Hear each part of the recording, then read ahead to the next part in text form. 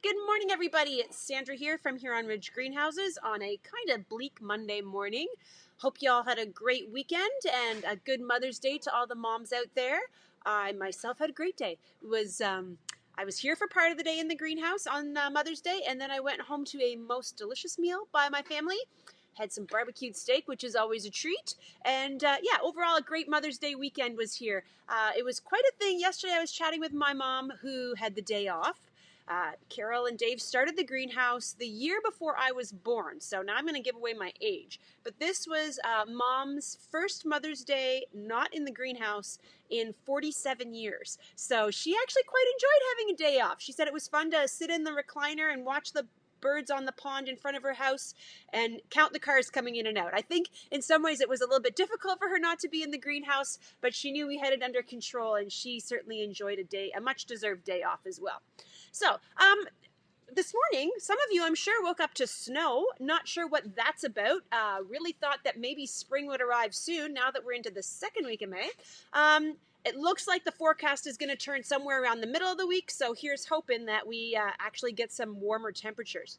I thought I would talk to you today about what you need to do in the meantime to keep all those beautiful little plants you've taken home safe and growing well till you can get them planted outside. So I'm in the tomato and vegetable aisle because a lot of you did pick up some tomatoes and vegetables while you were here. Saturday was a really, really busy day here. We apologize for the long lineups. It's just part of the process, it seems, anymore when you're shopping due to social distancing and all the things that we have to do. We really only have one checkout space available. So we will be, we revamped things a little bit Saturday night to try to get our traffic flow a bit better. So hopefully when you're coming this weekend, you'll be able to get through the greenhouse maybe a little quicker and get through the checkout process better as well. Always working every day. It's like, okay, what can we do to make this better? So please be patient with us, and we certainly appreciate all of you that were out this weekend. Definitely online ordering and curbside pickup still available. So if you don't want to wait in line, that might be something to consider. We're actually cooking up a little bit something special for this coming weekend so that we can hopefully serve a few more of you through the curbside avenue, those that are able to use that. So anyway, getting back to what I was talking about. How to keep stuff looking good and healthy. So first of all, it is way, way, way too cold out for 99% of what you've taken home. So anything that's tender, as far as flowers go, everything except for pansies. Even the perennials that you've taken home, I know we were telling people it's safe to put them outside, and that's true. The perennials aren't going to die outside. Tonight's going to be -1. Some of our perennials will stay outside, no question. Some of them we're going to bring inside simply because if we leave them out, the frost is going to damage what's already grown up. It won't kill the plant, but it's going to set it back a little bit. So if you have some perennials, obviously anything that's come up from last year is doing just fine in your garden. It's going to be fine. Anything new that you want to plant, you might want to either consider just wait till Wednesday this week. If you've already planted it and we get down really cold tonight, cover it with something. An old towel, an old blanket, a cardboard box works really, really good. I know it sounds kind of crazy, but if you just put a cardboard box upside down on top of something, if you're afraid of the wind grabbing it, make sure you have a box with flaps. You can put rocks on top of those flaps. Will help hold it in place and give it a little bit of insulation. So that's, as far as plants go, pretty much everything needs to be, flowers, everything needs to be inside except for pansies. We've had ours outside for weeks. I planted some in my flower bed. One of my very first videos when I started doing this back in March was planting violas outside. Still in my flower bed, still look great. So that's the flower end of things. Hanging baskets, definitely, if there's a cold wind, be really careful. Like I told you last week, I messed up my hanging baskets last spring by leaving them out on a cold, windy night. And even though the temperature was probably 5 or 6, even more than that, degrees warm, the cold wind really did a number on them and set them back. Again, they recovered, but it was just disappointing because it lost a lot of that really pretty foliage. So that's the first thing to think about with flowers.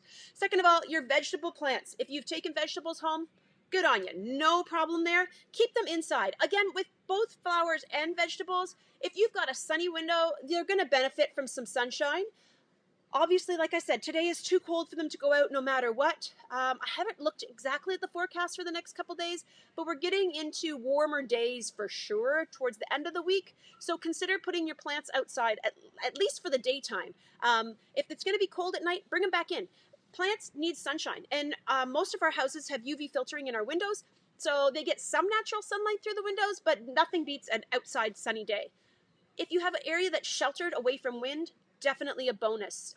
Just think of them as tender little babies. Like you wouldn't send a small child outside on a winter's cold day without a coat on. If you need a coat and a hat, your tomatoes are not going to do well. So keep that in mind. Just some basic guidelines, okay?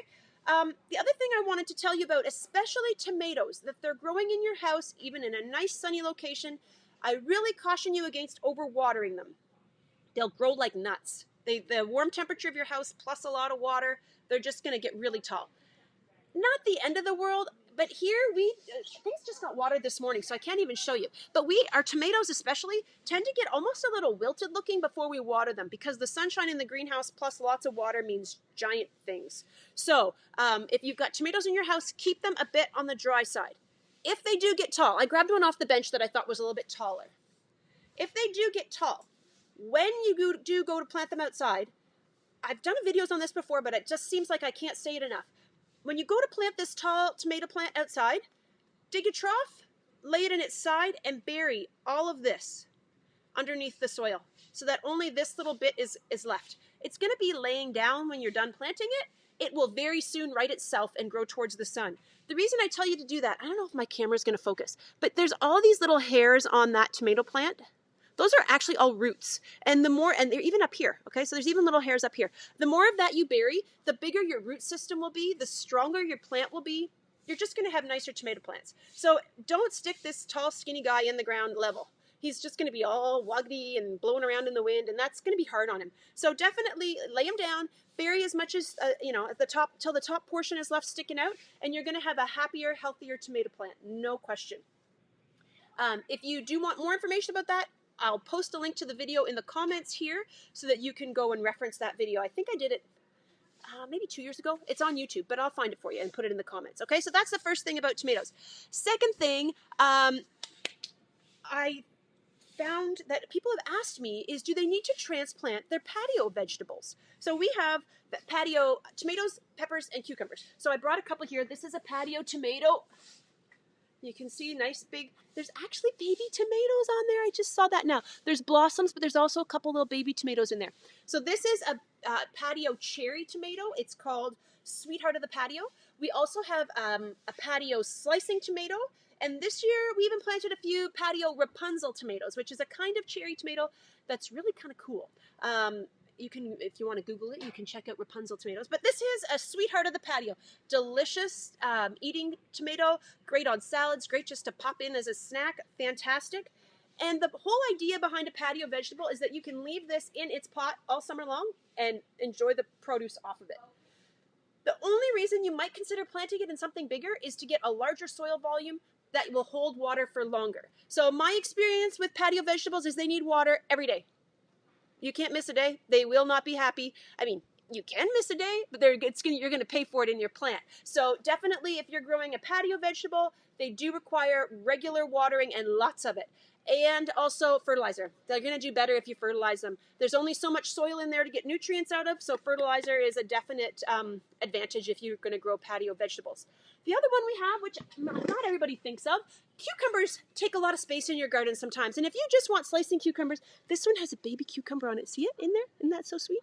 So this is a patio cucumber. And lots of people have enjoyed having these on their patio. Again, it'll grow a slicing type cucumber that you can just pick off and enjoy. This one looks like it's going to start having something you can eat probably inside of a week or a little bit more than a week. Cucumbers grow really fast. So again, we need some heat. Vegetables grow much better in heat, and it needs some sunshine. But in the meantime, you certainly can keep these in your house, keep them warm, give them as much sunshine as you can, either through windows or by taking them outside during the day. Keep them watered. Patio vegetables take a lot of water, and some fertilizer would be a great addition. Other than that, like I said, we're going to be open 7 days a week, 10 till 6, for both in-store shopping and curbside pickup. So you've got both avenues available to you. We're hoping that a bunch of you will use curbside pickup this weekend just so that we can not have too long of lines in the store. If you know what you want, we promise we'll do our best to pick out the prettiest, most beautiful plants that we have of what you order. So it might be something to consider. And other than that, if you have any questions, shoot me a message, send me a text, a Facebook message, however you can, and I will do my best to answer your questions. We have a busy week coming up, headed into the long weekend. which kind of seems funny for all of us we've all been hanging out at home for quite a while now, and you think, what does a long weekend even mean anymore? It seems like it's been one long weekend for quite some time. But at any rate, we hope that you will have a good week. Stay safe, and I will talk to you again soon. Thank you so much. Bye for now.